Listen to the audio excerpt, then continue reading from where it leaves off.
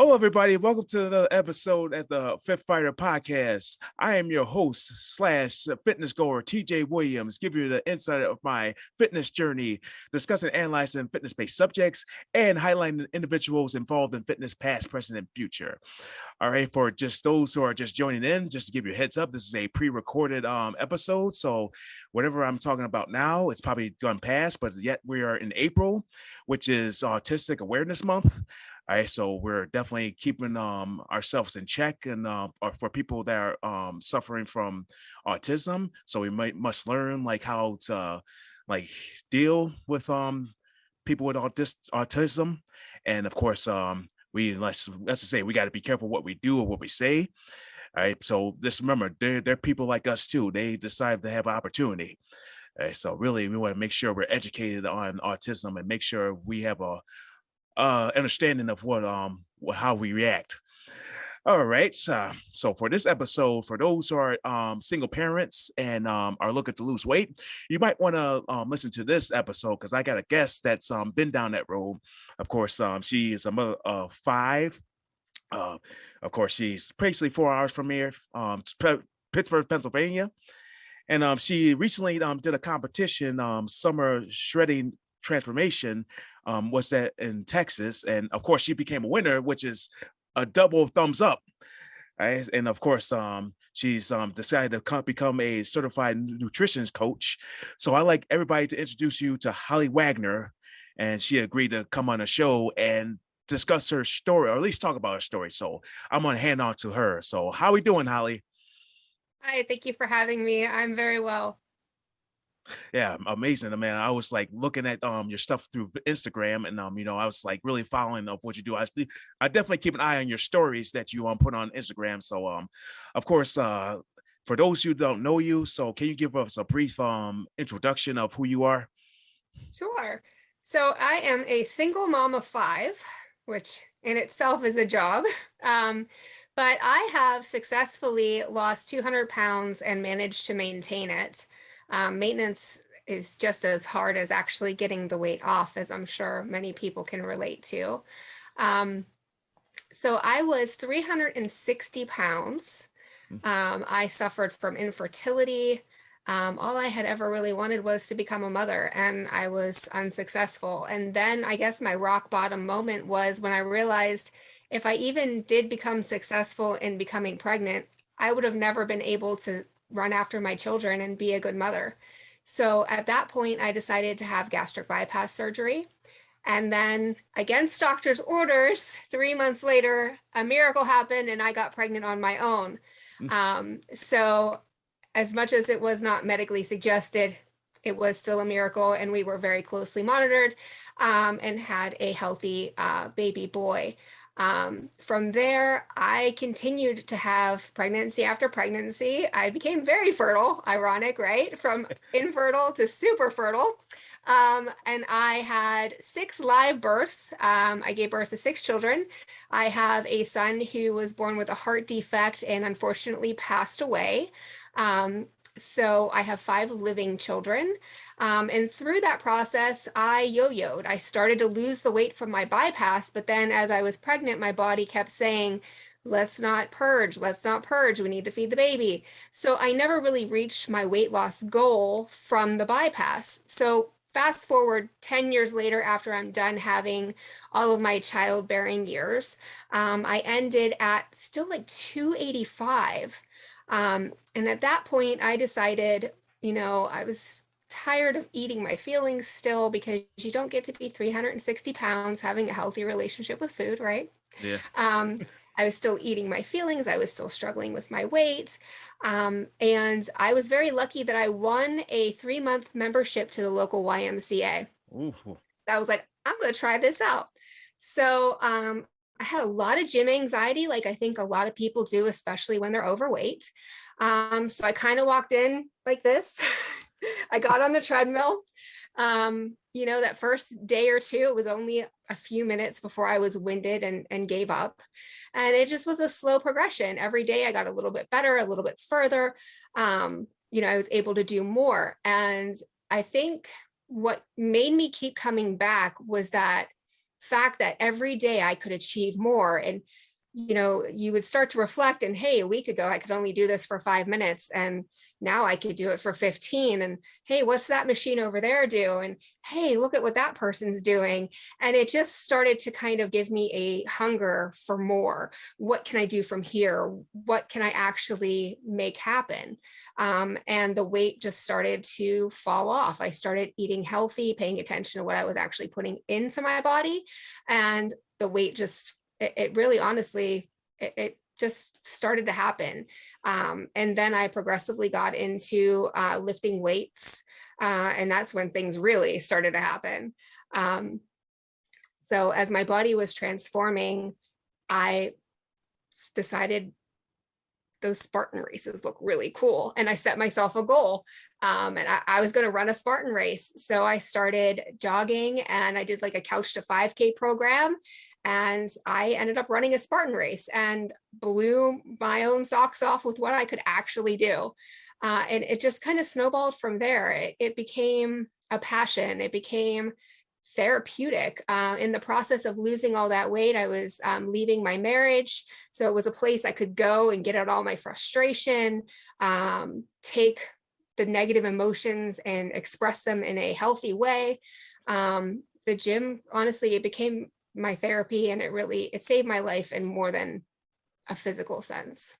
Oh yeah, I can highly relate to that, because that's like the same thing with me. I was like having that health scare pretty much, and then I'm going from there. It's like, that's it. I got to go to the gym. And then, that was like my motivation. And, like you said with the treadmill, I wasn't a fan of the treadmill. I was like in love with the elliptical, because I felt that's like the machine I can use.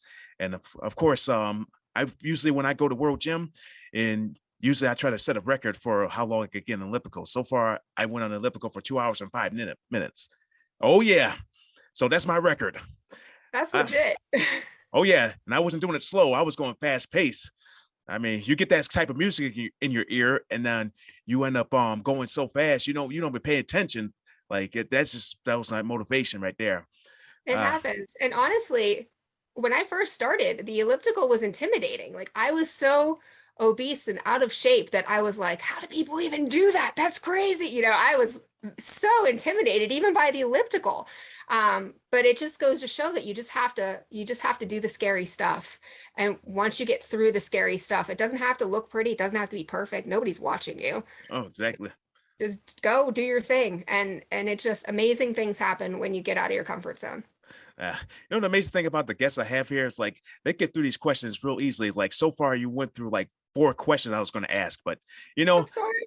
oh, that's okay. I mean, but we can always go back. But the first question is like before you like had your like children. So can you like describe your journey like before fitness, like as you were a child? Like how would you describe yourself? I was an obese child also. I was raised in a we love food kind of house. We weren't very physically active. I wasn't really into sports. So I was just obese my entire life, quite honestly. I didn't really know any better because I didn't really have a better way modeled for me. Not to pass the buck, but now as a parent, I'm very cognizant and aware that I have to model good behavior for my children, or I'm essentially dooming them to the same life of ridicule and being stuck in a body that doesn't work the way it's supposed to, that I was. So we have to obviously model healthy eating habits and a healthy lifestyle for our kids, break the cycle, etc. So very obese, made fun of, I could barely keep up physically. And then I put on some happy pounds. You know how that goes when you meet somebody, you start dating, all you do is go out to eat. And then I started packing on the weight, and I was embarrassed to go out. So it was lots of fast food. And this is kind of sad looking back, but it was very gluttonous. We would go through the drive-through and each order 2 supersized value meals and easily wipe them out. Again, like I said, you don't get to that size having a healthy relationship with food. So a lot of the work that I've done is relearning my eating habits and learning that food is fuel more than a comfort or enjoyment. I still struggle with emotional eating and some binge eating. Again, it's like any addiction. If you're addicted to an opioid, you can detox and be done with it and never have to look at it again. You can't detox from food and never have to look at it again. You have to figure out how to get through it in a healthy way. So it's a challenge. There are some days where I fall back into old habits. So it's something I do have to continuously be mindful of. So honestly, if I would have kept down the path that I was on, I probably would be dead by now, because I would have just kept eating myself to death. Yeah, I mean, I pretty much can relate. When I was a kid, I was obese, but I want to try to be more active. So I started doing martial arts. So, and of course, yeah, luckily I still do it. So, and then from there, I wanted to try to do like sports. So I got into football, and of course I wasn't good at it, but you know, I was at least active enough to at least be involved in sports. And from there, that I feel like that'll give me like the boost to actually work out. I mean, if you're like involved like in fitness, like for me, I'm a fitness instructor, so I have no choice. But or should I shouldn't have no excuse of working out, because that's part of me right now. So that's amazing that you kind of are trying to get through your habits of trying to not overeat or binge eat and all that stuff. But yeah, I can relate. All right, so because you talked about your push into fitness, you got your membership to the Y, or to a fitness center, and you were just getting into the treadmill. So you pretty much were just going slow, right? You was just not going into fast. Yeah, I did start very slow. And also, being a parent was also a barrier. My ex-husband worked 63-hour work weeks. He was never home. So it was a barrier. Like, how do I even try to get healthy when I have all these kids? So fortunately, I found a local YMCA who had childcare. And that honestly was probably a critical part of how I got to where I am. So I would check the kids into childcare, and it was kind of a mommy break. But also I would start on like I said, I started on the treadmill, then I moved to the elliptical. I used to call it the devil machine, because I thought in a million years I would never be able to do it. And then I did. I thought the weights, I was like, how do people do that? You're so intimidated, and it's natural, because anything we don't know seems hard. And at first it might be hard, but you pick up the weights, you figure it out, and you just do it. And then you surprise yourself. Even now, further into my fitness journey, I still surprise myself. I'll look at a weight and I'll know an exercise. I'm like, there's no way I can lift that. That's way too heavy. And I'll try it, and I do it, and I have good form, and like I do it well. Wow. Your body will constantly surprise you if you challenge it. Like if you would have told super obese Holly, like who couldn't literally fit in seats when we went out, like I would have constant anxiety. Do they have a chair that can hold me? Will the seats dig into my hips? I couldn't go to the movie theaters because I wouldn't fit. Like if you would have told that Holly that she was going to run a 5K, she would have laughed in your face. Mm-hmm. But when you challenge yourself, it's amazing how determination can make you rise to these often intimidating goals, if you just don't give up on yourself. Exactly. I mean, speaking of 5Ks, so far I've ran 3 5Ks, and I'm planning on doing like a half marathon, because wow. Yeah, it's like so far I've run 10 miles nonstop. So of course That's amazing. Yeah, there's 3 miles away. I'm 3 miles away of actually doing a half marathon. So I'm yet to do a half marathon. So that's 3 miles. You got this. Oh yeah. You got this. Yeah. Especially if it's hot that day. I mean, I'll have a lot of energy, because I get a lot of energy when I'm hot. I can't do it when it's cold. That's like kryptonite. Yeah. Yeah, cold and old joints are not fun. Yeah, really. That's why I rather go to Las Vegas. That's where the hot weather is. Yeah. All right. So you talked about your goal. You lost weight, of course. And let's talk about getting into the summer slimming transformation competition. Yeah. Yeah. So with COVID, like many of other people, when the gym shut down, I took a major hit, like honestly everybody else did. The gym being a place of therapy and release for me, when that shut down, I fell into a deep depression and a lot of old habits came back. I gained probably 30 pounds. I didn't have access to a gym. I had no childcare. So once the gyms reopened, I said enough is enough, and I started working with a coach, something I had never done before. So I hired a nutrition coach, and the plan worked, following a clean diet again, actually eating at a surplus. Typically when you diet, and diet culture is deficit, deficit, deficit, deficit, but lifting heavy, doing scheduled cardio and eating at a surplus, I was still losing. I was never hungry and I was still losing. And I was like, holy crap, sign me up for this. Never hungry and still losing weight. Yes, please. So my body started to change, and I was scrolling through social media and I saw Jessica. She's on Instagram as warrior Jessica / fat. I saw her and I was blown away because she mirrored me in so many ways. Physically, her body shape was just like mine. Her starting weight was very similar to mine, and she had lost her weight naturally in a short period of time. That woman just blew me away. And I saw that she had competed in the summer shredding, and she was so glamorous and in the bikini, and she just looked beautiful and amazing. And I had that little girl inside of me said, if she can do it, why can't I? Now, Jessica is far younger than I am. I am 41. I have 5 children. Jessica is much younger. She doesn't have any children yet. So she has more free time to focus on fitness, whereas I have a very fast-paced lifestyle. So we're very different in that sense, but it just kept coming back to me. And I was working with a trainer at the time, and I just kept saying, like, hey, this girl, I got to show you her, like, check her out. Like, she's just like me. Like, if she could do it, why can't I? I want to look like that. Like, and I said to him, do you think we could do this? Is this an obtainable goal? And he was like, why not? And I said, okay, you only live once, let's do it. And I went into it with the mindset of it will be an experience. Never in a million years did I think that I would win.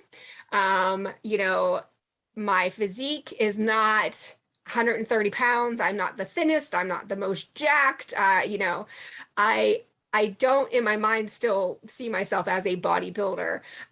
But Transformation Division is about the journey. Where you started and where you are now, the package you're presenting on stage, and all the things you overcame to get there. And my story, I have overcame a lot. There have been a lot of things in my life where no one would have blamed me if I would have buried my face in a bag of Cheetos and became super morbidly obese again, or nobody would have blamed me if I would have turned to drugs, or if I would have, taken a different route. I've overcome the loss of a living child. I've had miscarriages and pregnancy loss. I had an abusive marriage. I had a lot of reasons to give up. But ultimately, every day I wake up and I still need to feed my kids breakfast, and I still need to be the best version of myself for my kids. And they are my driving force always. So, my journey, I'm nobody special. I'm just somebody who got sick and tired of being sick and tired, and wants to be a good example for my kids and to show them that you could do anything that you put your mind to. And that's just how it happened. I started training really hard, and I went and I never in a million years, never thought I would win. Never. in that moment, if you see the video footage of the actual show, you could see my utter shock. Yeah. I never, I'm sitting up there. I made the top 10 call out, and I'm standing there and in my pose, and I'm trying to breathe so I don't pass out because I'm so overwhelmed. And I'm like, 10th will be great, 10th will be great. And they don't call my number. And I'm like, okay, 9th will be great, 9th, and I go through all the numbers and I'm like, second's amazing. Holy cow, what an honor. And they don't call my number. And it was me. They picked me. And there were close to 80 other women, and every single one of them had an amazing story, journey, drive, things that challenged them, things they overcame. Every other one of those women on stage deserved it just as much as I did. And I am still shocked and honored and humbled that they picked my story. It was definitely one of the best days of my life.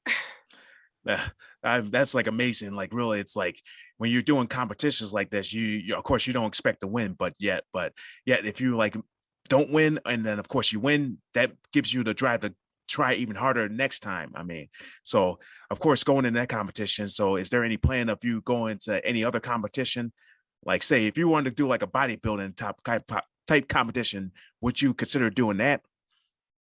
Maybe down the road for me. Prep for competition requires a great deal of emotional dedication, and being a single mom of 5, 3 of my kids have special needs. And it's funny that you had mentioned that it is Autism Awareness Month. One of my children, we suspect, does have autism. He has a lot of autistic behaviors. So I'm very much aware of parenting a child with behaviors that resemble autism. We're waiting for an official diagnosis, but being a special needs mom, I don't have it to give right now. And I think part of self-care is knowing when to say, I can't give all right now. So for right now, it's on the back burner, but I still have the itch.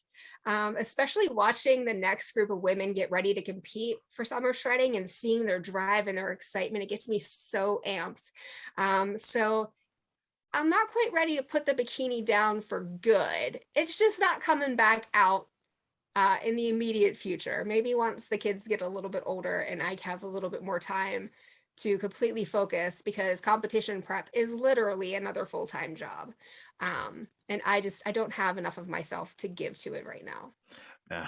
So how often do you actually are friends with Jessica? So how often do you talk to? I've actually become friends, yes.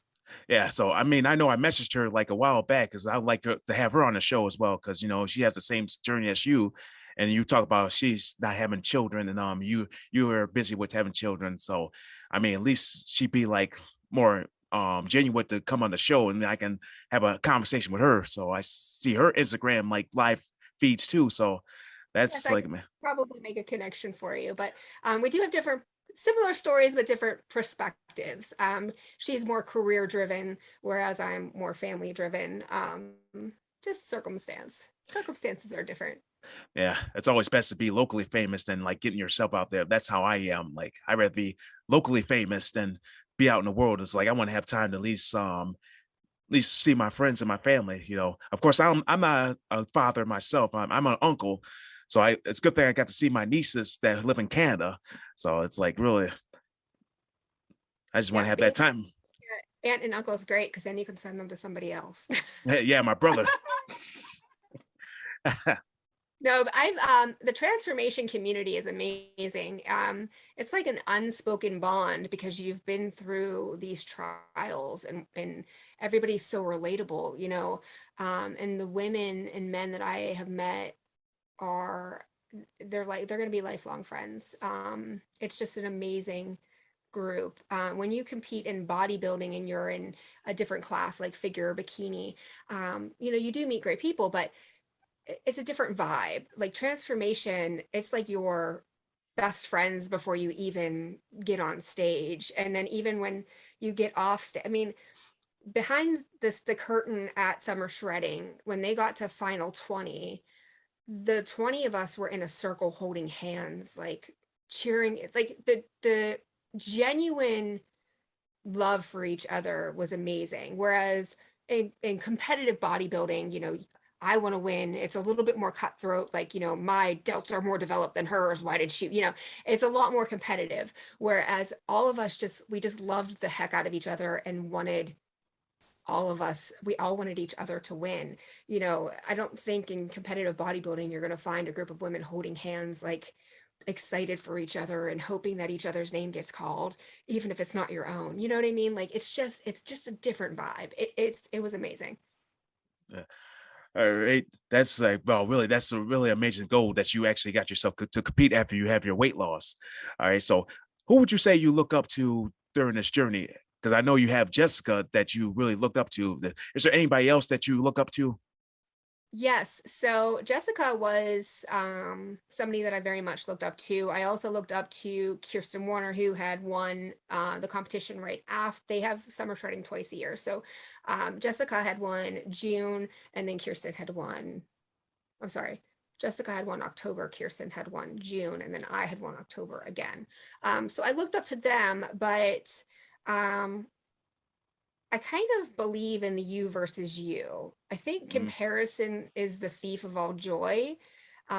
You know, I'm never going to look like a Dana Lynn Bailey. Like I'm never going to get to that. I have loose skin. I've had a bunch of kids. Yeah, it's just not an attainable goal. So to compare me to her, I'm never going to get there. And that's going to create a negative headspace for me, right? So if I stay in a me versus me mentality, I think that's more healthy, especially in a weight loss scenario. Um, you know, I have different challenges as a weight loss patient. You know, it's just better for me. But there are definitely influencers out there who I get I get routines from, you know, oh wow, look at her glutes. I should really try her glute workout. Or, you know, I definitely take inspiration from other people, but I never want to compare myself. And I don't think anybody else should become overly obsessed with comparing themselves to other people. But I definitely look up to like Heidi Summers, who is the owner and creator of Buff Bunny, which is an apparel company that is all size acceptance driven. So they go from extra small to like 3X, 4X. So like they are for all body types. So you don't have to be, you know, itty bitty. But I look up to her. As far as a fitness influencer, I love Axe and Sledge products and look up to all of their athletes. I've had the pleasure of working with Gianna Stokes. She's somebody else that I look up to. Um, so I guess I just kind of keep the blinders up and the me versus me mentality versus, you know, focusing on being like somebody else. yeah, can relate. Yeah, it's always you against you. I mean, for me, it's like, I mean, I'm looking at my old self, how I was, and you talk about one of your children being autistic. But for me, I dealt with ADHD, of course, which is people would mistaken that for autism, but you know, there's a different neural development condition with those two. So of course I can relate. Like mostly it's like temper tantrums, of course, the lack of focus. And you know, it's a good thing I started martial arts because really I felt like that helped me overcome my condition. I haven't outgrown it because you know I've kind of feel myself I'm not paying attention most of the time, you know. And it's a good thing I got like these two podcasts. I got this and I got the Kit Pod. So this probably can help me at least overcome my attention deficit hyperactivity disorder. So this is here I am talking to you, having a conversation, at least trying to get some information. So of course I can be better in like my fitness, especially a fitness person as myself and being a fitness instructor. So it's amazing how I'm getting to talk to these people. And Right. of course, yeah. Well, and honestly, like with ADHD, I have a child also who has ADHD. I told you I have three special needs kids, and the spectrum is broad, but there's some things that you just don't get better from. You just learn to adapt, and you have to find ways to make your life better while having them. You know what I mean? So like I have terrible knees, so I can't do a ton of squats. So I have to Hmm. find ways to adapt in the gym, just like with people who are not neurotypical. They have to find things they excel at that help them to adapt in everyday life. Just because you have a label or a disability doesn't have to stop you. You just have to be more creative. Amazing. Exactly. Exactly. Hey, so what subject do you think people need to know about fitness, like from your experience? So I guess my personal passion is sustainability and weight loss surgery. That's something I'm very passionate about. A lot of people who have had weight loss surgery are shamed because it's the easy way out. But weight loss surgery is a tool. And if you don't change your mental thought process with food, you can very easily go right back to where you started. Sustainability in weight loss surgery is something I'm passionate about. So that's also partially why I'm working on becoming a certified nutrition coach to help other people learn the little tricks and things that I do, but also, to show transparency. Everybody struggles still. No one's perfect. A lot of people put their highlight reel out on social media and all the perfect. I'm not perfect. Nobody's perfect. I try to be as transparent as possible. So just to motivate other people and show them that their barriers can be used to their advantage if they look at things a little bit differently. Yes, I have 5 kids, but I found a gym that had childcare.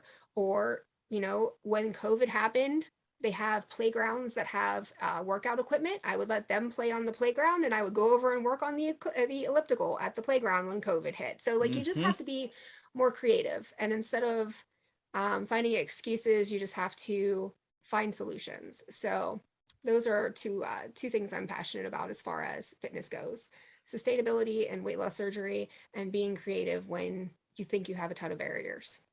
Yeah, that's like really when COVID hit, I had to figure out, like, of course, I couldn't work because, of course, I got laid off temporarily. So I had to, well, luckily I was only 2 months of being laid off. So I had to figure out with those 2 months what I can do. And luckily I had workout equipment in my basement, and it was like a pain trying to find workout equipment because a majority of everything was like wiped out because everybody was buying like weights. And, I had to go like try to find an alternative. So luckily there was the resistant bands. And yeah, so I used Let me that. tell you about creative. My kids like those gallon jugs of fruit punch, right? So I filled them with water and duct taped them to a broom handle and made a dumbbell. We got creative over here too, I promise. Yeah. Of course, when you talk about who you look up to, I think of Billy Blanks.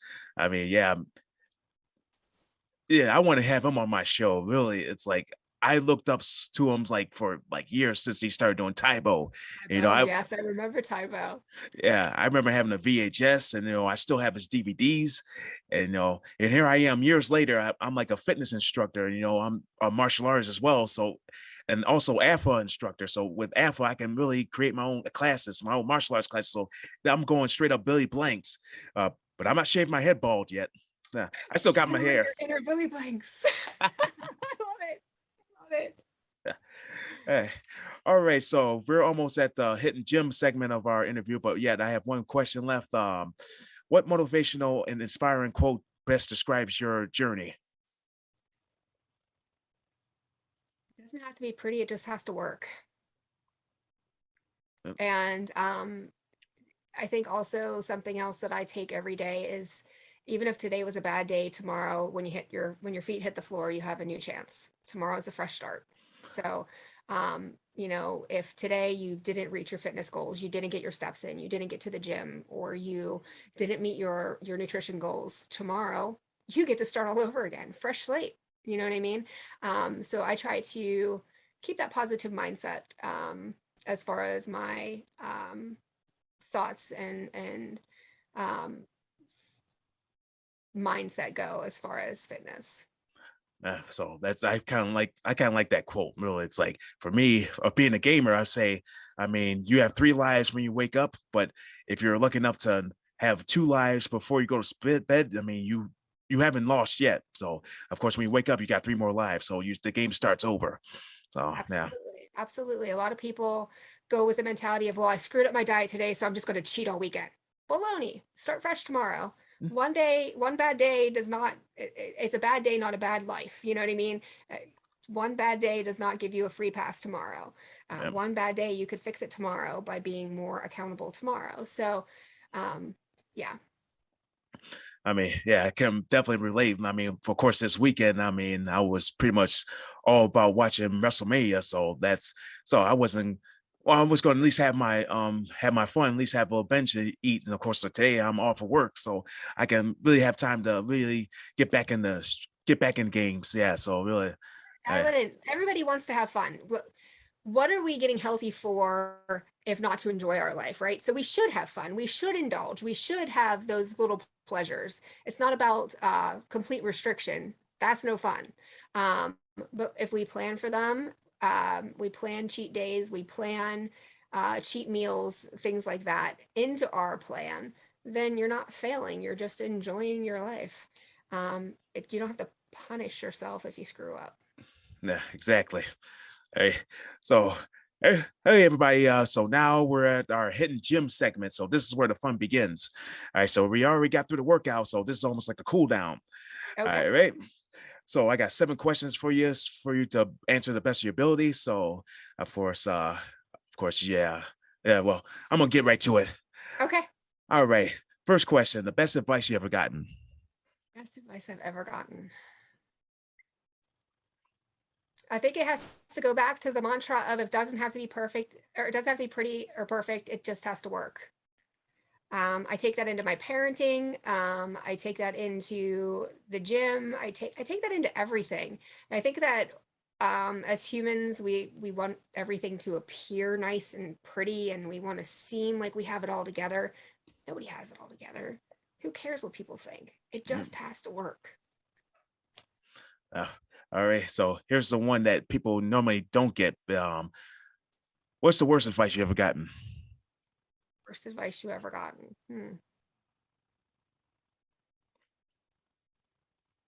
Yep. This is the question I usually get people. Yeah. Right? I should have been more prepared for you. Put it off to tomorrow. Tomorrow's not guaranteed. Like, especially, coming from somebody who has lost a child, who's been through a lot of stuff, tomorrow's not guaranteed. So yeah. take the extra 5 minutes and get it in today. Enjoy today, because tomorrow's not promised. Exactly. I mean, I want to at least get everything done today. I'm like with my attention deficit hyperactivity disorder. I'm like impatient. I mean, I want to get it done now. I mean, I don't want to wait a long time. People tell me to wait, and I mean, I'm sitting here waiting. I want to get other things done, and I'd rather get it done today and not do it tomorrow. Yeah, I mean, I want to live every day to the fullest, because there's no guarantee. Yeah, exactly. All right. So third question, of course, yeah, you talk about your passion for food. What would be your guilty pleasure? I mean, how would you reward yourself? So with not having a great relationship with food, I try to not do food rewards, but when I do, it is always Italian food. Mm-hmm. Italian food, we're really good friends. But I try to focus on non-skill victory things. So being in a body that you feel trapped in, where you can't do anything fun because you're afraid. I try to do non-skill victory items. Like, if I achieve a goal, I try to buy myself a new outfit because I fit in mediums now. Or, a couple summers ago, I went whitewater rafting, something that terrified me. Or I went on an 8-mile hike, something old me would have never done. So I try to reward myself with experiences, because those last in your mind forever. Or things that remind me how far I've come, things that I wasn't able to do before. Like last summer, I took my kids to an amusement park, and I was able to ride every single ride with my kids, which was something I had never, ever been able to do before. So things like that are more of a way that I reward myself, versus I'm going to eat a Reese's cup. That's not a super good, healthy thing for me, since I do struggle with that one Reese's cup very easily snowballing into 5. Yeah. So I try to limit, when I do have a cheat meal, like I said, my go-to is always Italian food. But I try to manage the portion size when I do have that cheat meal. But I do try, like I said, to reward myself with non-skill victory items, new clothes, new experiences, things that I never thought I could do before. Yeah. So for other than having food as a guilty pleasure, you got other things be rewarding. So yeah, that's good. Yeah. Yeah, All like even now, going clothes shopping, my mind still thinks I'm an extra large, and I still go to the extra large rack and get into the dressing room and put on the extra large, and I'm swimming in it. And when you gonna realize you can fit the medium now? All right. Next question. What famous celebrity would you like to work out with? I'm gonna go with Buff Bunny, Heidi Summers. I've had the pleasure of meeting her, but I've never actually been able to work out with her. Somebody else that I really look up to is Julia Renee. She's an IFBB pro in wellness. I really look up to her and would love to work out with her. Also, I've had the pleasure of meeting her, but not actually working out with her also.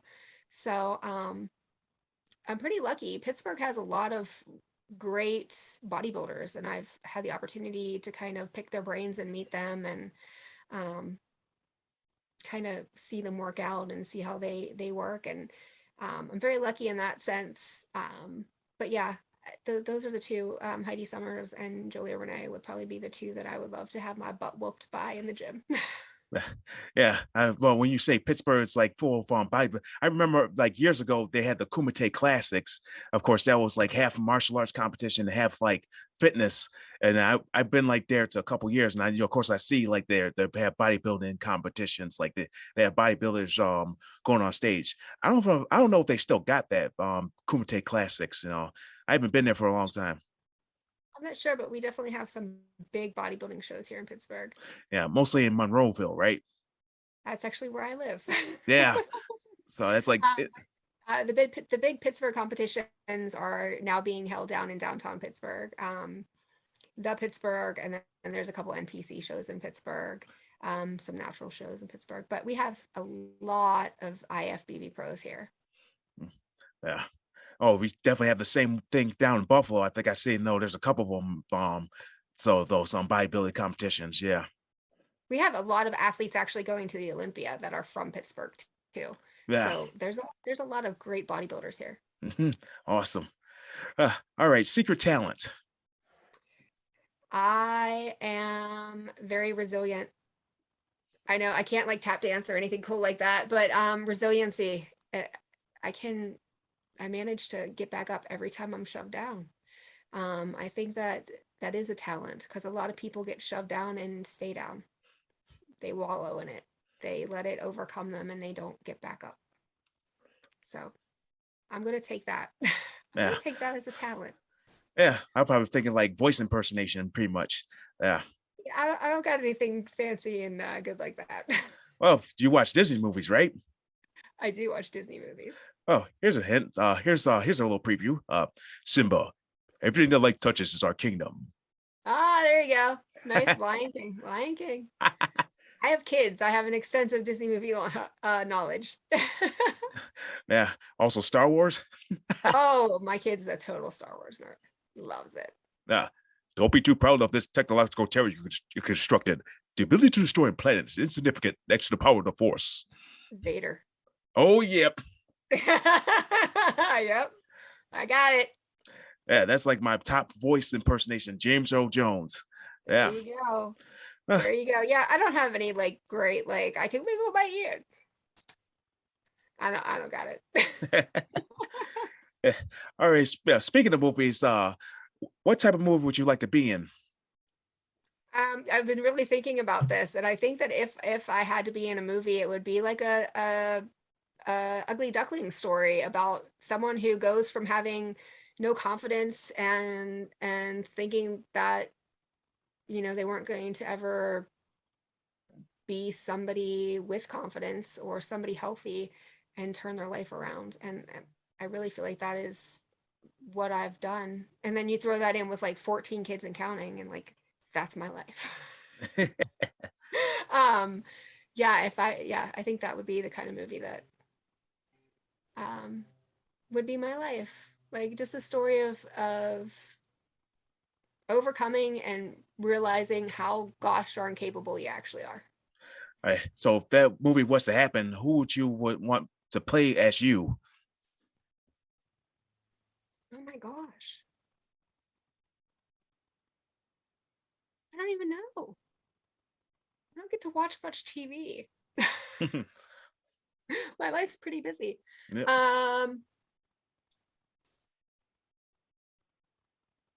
I don't know. We'll have to table that. I'll have to get back to you on that one. Okay, last question. 10 years from now. 10 years from now, I will whoop my future self's butt if I'm not still in the gym, still active, still making things happen.